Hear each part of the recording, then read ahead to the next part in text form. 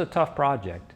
It has a lot of pipe and plumbing and sound issues, and we're still working on the sound portion. It's still kind of hollow, but the site turned out great. It's a 20 by 20 green screen, multi-camera use, full grid, and of course the new ZX line.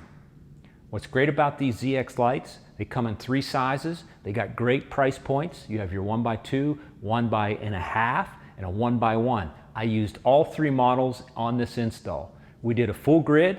We also lined it up with some sound attenuated curtains, track. Check it out.